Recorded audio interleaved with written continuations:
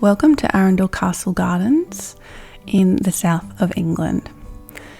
We recently spent a month overseas and we spent a lot of time in the UK visiting family and friends. And on our wedding anniversary, we decided to go visit Arundel Castle because we'd driven past it before. Nick had driven past it his whole life but never been there. And it's well known for its amazing garden. So let's have a little tour of that garden. So this is an early autumn day and we're starting in the water garden, which is down at the bottom of the castle. So it's a bit of a wild garden, a place for duckies and animals, and this amazing thatched boat shed with a little rowboat in it. Now this castle is still a lived-in castle and the gardens are maintained and used by the noble family that live here and the staff, of course. And it was quite an imposing structure. Next, we're visiting the rose garden and I have this lovely avenue of roses on the way in.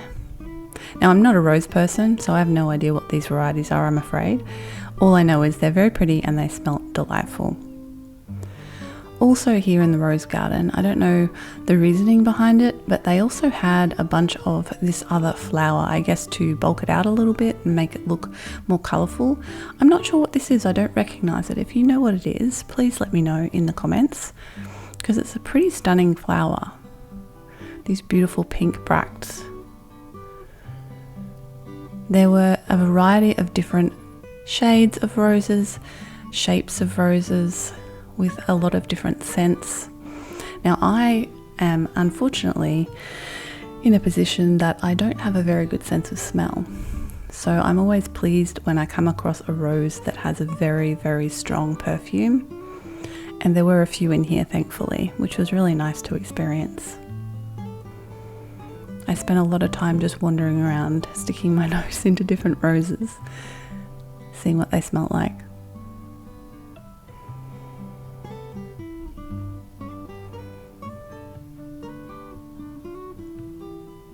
It was a cold day. I had my jumper and my jacket and my scarf on, but it was a beautiful day to be visiting the garden.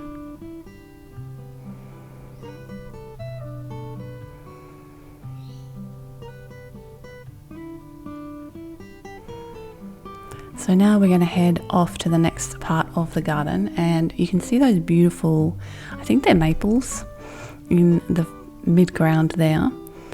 It was early autumn, so there weren't a lot of trees turning at this point, but there were enough that we could see some autumn colour, which was really lovely. It's not something we see a lot of where I live here in Queensland, because in Australia we only have, I believe, one tree, native tree, that actually changes or that drops its leaves, is deciduous. And so any trees that do that here are imported from overseas. Now this was something interesting, a stumpery garden, which I've never seen or heard of before, a Victorian idea. There's two of them at Arundel. This is a new one that they're establishing, and a little bit later in the video you'll see an older established one. So just full of stumps and then interplanted with lots of other plants. It's quite architecturally interesting, and I guess it probably creates a lot of little microclimates and probably gives quite a bit of habitat as well. This was the wild orchard, apple orchard. But shortly we're going to go into the kitchen garden where there are a ton more apples in much more formal arrangements.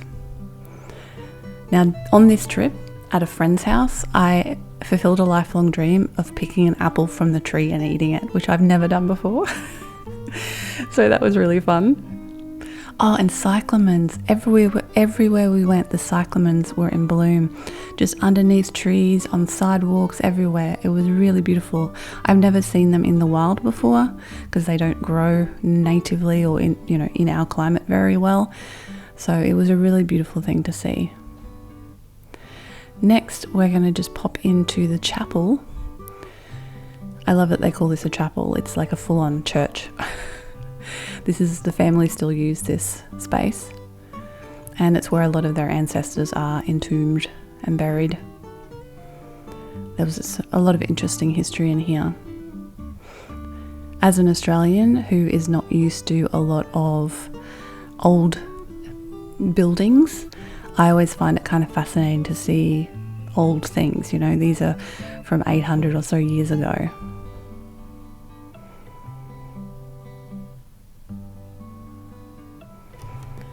And the chapel was really beautiful.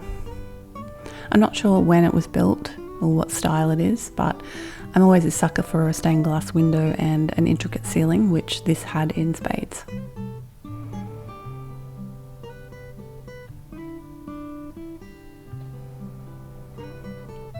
Okay, now we're going to visit the kitchen garden, which was the bit I was most excited to see, and it is one heck of an impressive garden, I have to tell you. I had garden envy. It was amazing. So let's have a little look around. All organic, permaculture principles. And they have a bunch of these amazing greenhouses too, where they can grow things that obviously wouldn't normally grow well in the cooler British climate. You can see all the chilies hanging up to dry.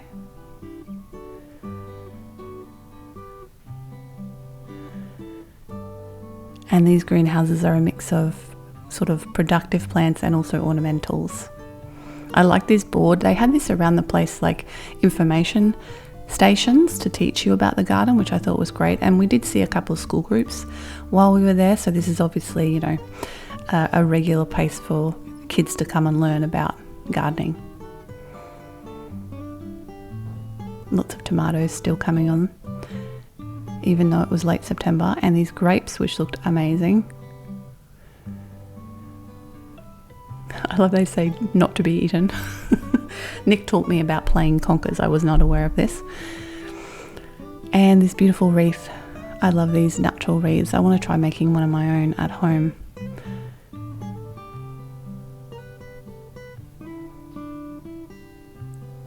So now we're heading back out into some more of the food garden. You can see there's a few random bits of corn here and there. I guess probably more for ornamental reasons than anything else, because you don't get much out of just a couple of bits of corn like that. You can see a few in the middle here. And there was also a bunch of, I guess, silver beet, I think.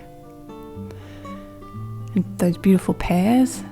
And I think these are persimmons, although they're obviously still ripening up. Correct me if I'm wrong on that one. I really liked how they definitely kind of lent into planting. Like they did have, you know, sort of batches of types of plants together. You can see under the netting they have kind of brassicas and things in one area, but there was a lot of flowers everywhere, herbs everywhere, leaning into that sort of permaculture and polyculture process of making sure there's lots of different stuff growing around the garden, which I really liked. They had these lavender borders all over the place to attract pollinators, and these amazing, look at this, these are apple trees that have been trained over this archway. And they had not only these apple arches, but also espalier apple sort of barriers around the garden too. Absolutely beautiful. But I mean, I guess when you have a whole fleet of staff to maintain your garden, you can do some pretty impressive things with it. So they do have those formal elements, as you can see as well, some fountains and things like that. But it wasn't overly tidy, you know, it had that sort of messy, actually used garden feel to it, which I really liked. And somebody had made a happy face. Given it was autumn, they had some of these lovely autumn displays, which I really loved as well. And there's some more pears growing on the wall to keep the heat. They definitely made use of the space available with all the espalier on the walls. This sunflower was like twice the size of my head. I've never seen a sunflower that big before. It was amazing. Here's another one of the hot houses, the greenhouses, with some very familiar plants to those of us who live in Queensland. Chilies growing under there. And some chocos, or chayote, or coyote. And they had some beautiful dahlias. Oh, I love dahlias. They're such a beautiful flower with such variety. They're a bit challenging to grow in our climate. They don't really like the humidity, but I do occasionally give it a go. There might be some varieties bred for this climate. I really must do a bit of investigating on that. You can see some gaps in the garden here where there's bare soil. So they've obviously had some sort of annual in there and they've pulled them out in preparation to plant a new sort of crop in there. There's a lot of these formal hedges as well, which look pretty stunning with the chapel behind them. And then these flower paths with all of the different flowers intermingled with each other, which I was so pleased was still in bloom, even though it was, you know, getting into that autumn time, there were still lots of beautiful flowers in bloom. So I was really happy about that. And I saw a bumblebee. I don't know if I've ever seen a real bumblebee before, but they are very fuzzy and very adorable. So I spent some time watching the bumblebee bumble about.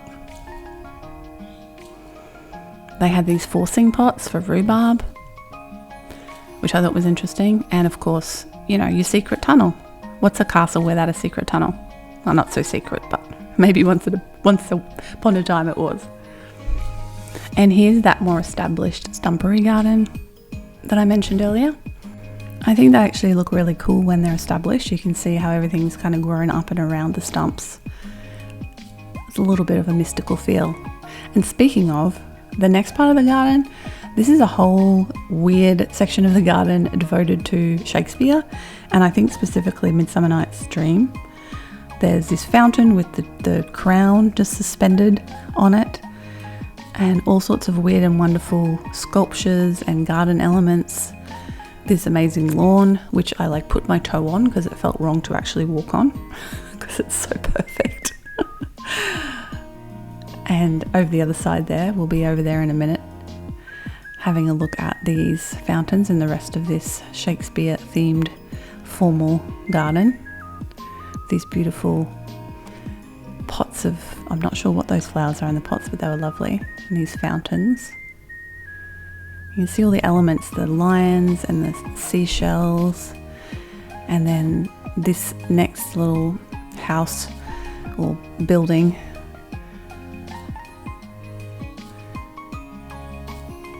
It's whimsy, really. The sort of whimsy you can expect of the royal classes, I guess, who have a lot of time and money on their hands.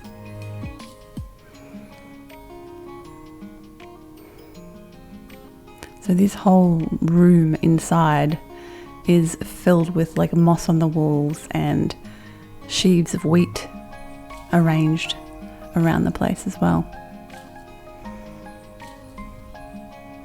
And finally, just a little bit more of the slightly less formal garden. But it was a really beautiful garden to visit with lots of different areas to it. Obviously, the productive garden was my favourite part of the whole thing. And it was very impressive. I didn't even show you all of it.